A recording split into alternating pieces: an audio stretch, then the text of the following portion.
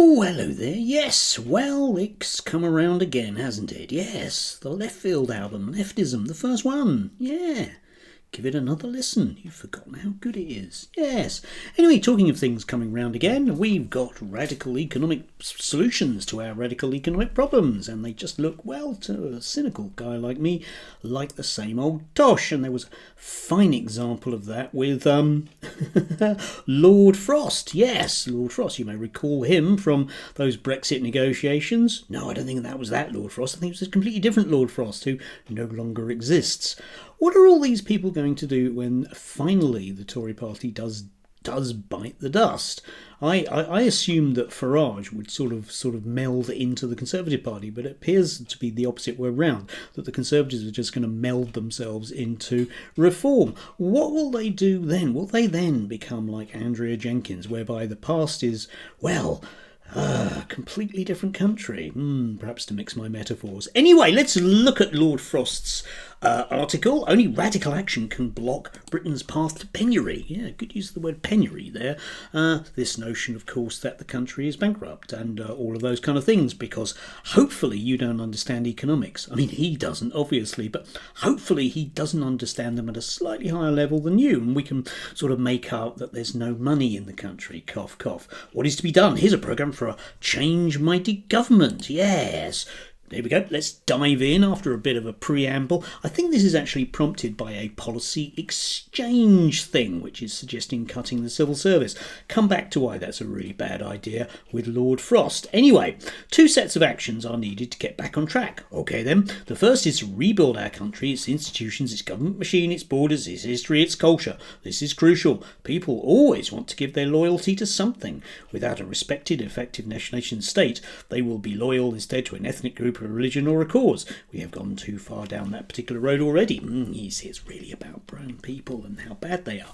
But of course, we can give our loyalty to localised areas, can't we? If you go up to places that aren't in London, let's say to, I don't know, go to some fairly obscure Yorkshire places, a lot of people there are very disparaging about things that are happening further south, and they do feel a great loyalty to their own local area.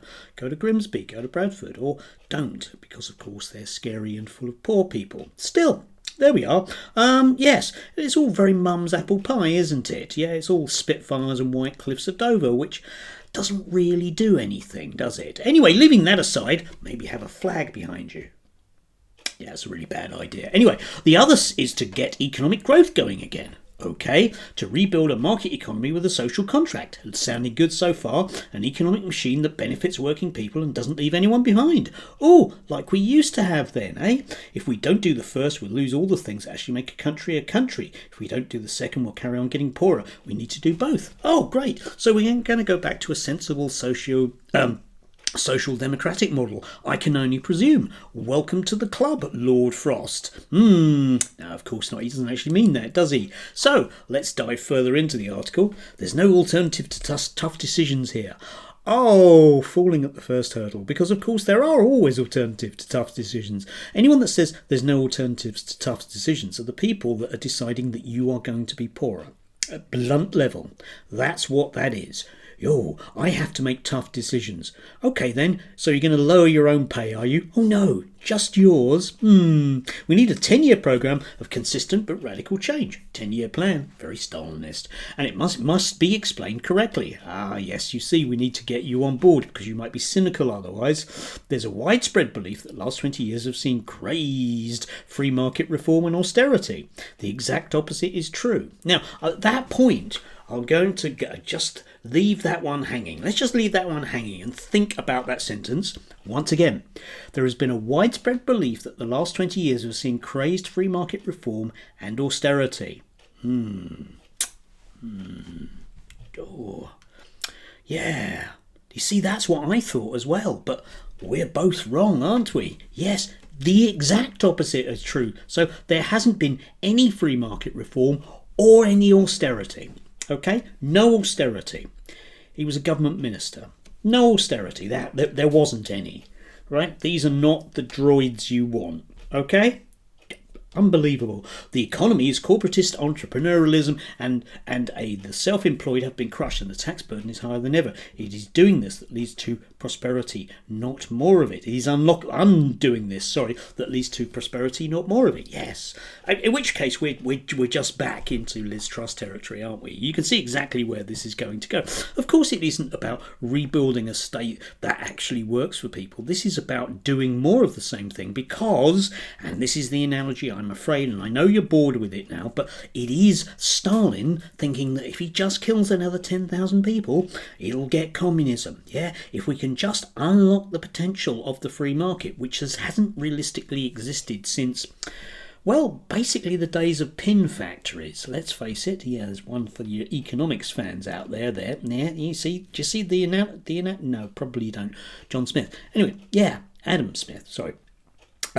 Anyway, so the tax and spend burden needs to be cut, slowly but surely. Yes, because we mustn't do a Liz Truss again. And the tax system reform to be more family friendly and supportive of work. Okay, then great. Does that mean that we'll get richer that way then? Don't hold your breath on that. This has a transitional cost and it won't happen all at one go, but a course must be set. And in a decade, the tax burden has to be back at Blair era levels. Hardly a time of free market madness, except of course it was a time of free market madness, wasn't it? In the sense that Blair was more than happy to allow private enterprise to very much gut areas of the state, which has landed us with enormous problems, particularly with the NHS. Still, I know that, you know that. Lord Frost is pretending that he doesn't know that, because he's also pretending that the last 10 years have been some sort of communist hellhole. Awful. Yes, awful, but not in the way that he means it. Anyway, let's dive further in, because it gets so much better.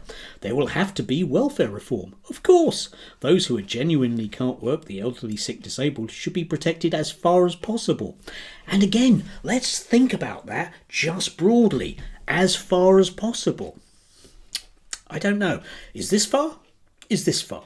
I think this is far, isn't it? Yes. As far as possible is not at all, of course, because if you want to make cuts to welfare, people will hurt. That's the way it works. Look at what Starmer's doing at the moment, just to be, slag off the Labour Party at the same time. Yeah? It's not easily done. So what you need to do, of course, is, well, not accept that people are going to hurt. It's not going to work, that one. But everyone else has been expected to earn their living. Yes.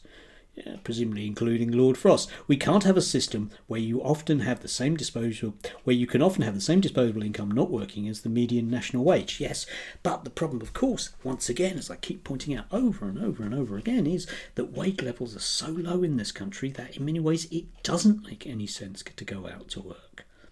Yeah, and you can have wholesale reform of those things, but it does have to start with pay. It does have to start with pay. You can't simply take things away from people and say, oh, well, maybe in about 10 years' time, it'll kind of even its way out.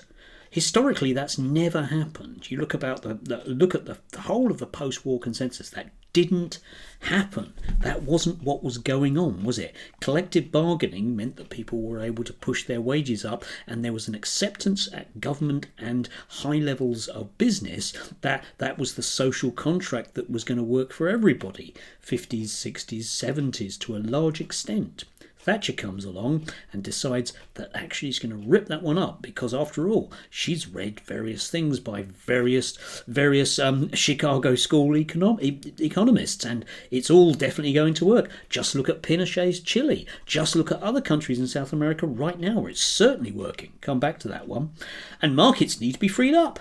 Net zero must go, giving us both a fiscal and growth benefit. And again, it's that astounding thing, this idea that the reason why energy prices are so high is because we're all having to pay for useless things like a switch to net zero.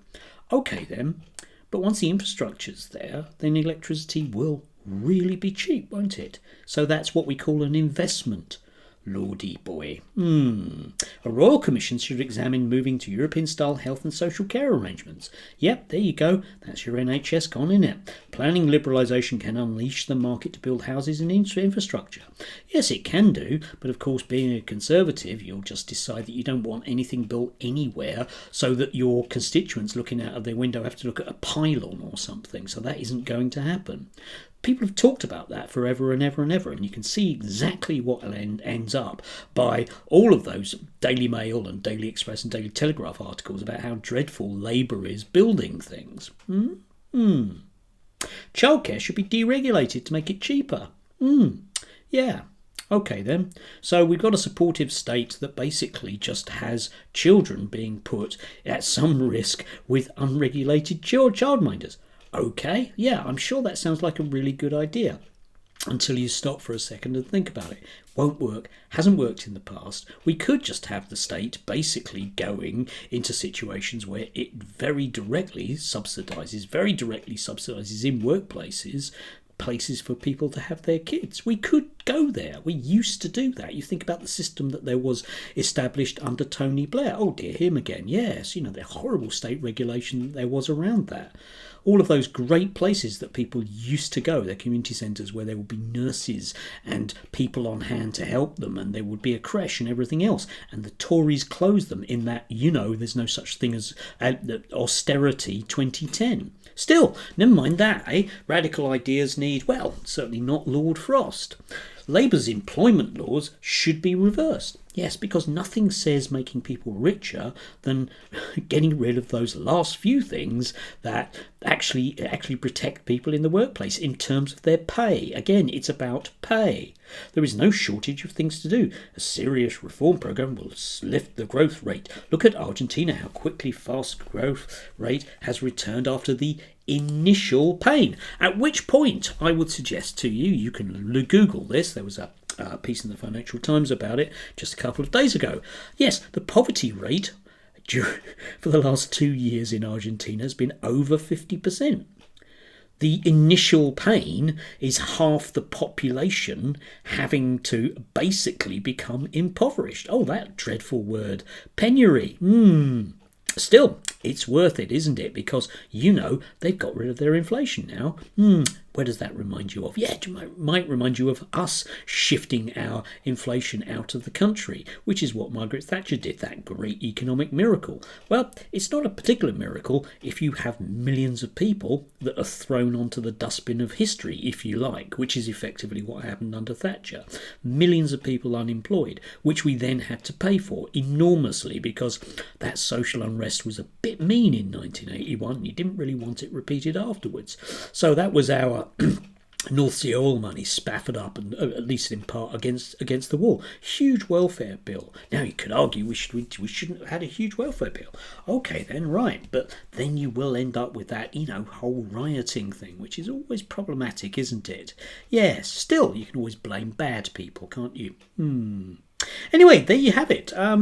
So it's just exactly what you would expect. The radicalism in there is just the belief that you might actually buy this. After all, we've tried it in 2010 and 2011 and 2012, 2013, 14, 15, 16, 17, 18, 19, 20, 21, 22, 23, 24, 25, and it'll still be going on for the next few years because, of course, we can't do things quickly because we can't, logically spook anybody or do anything, despite the fact that various economists these days are very much pointing the way forward in terms of, real national review.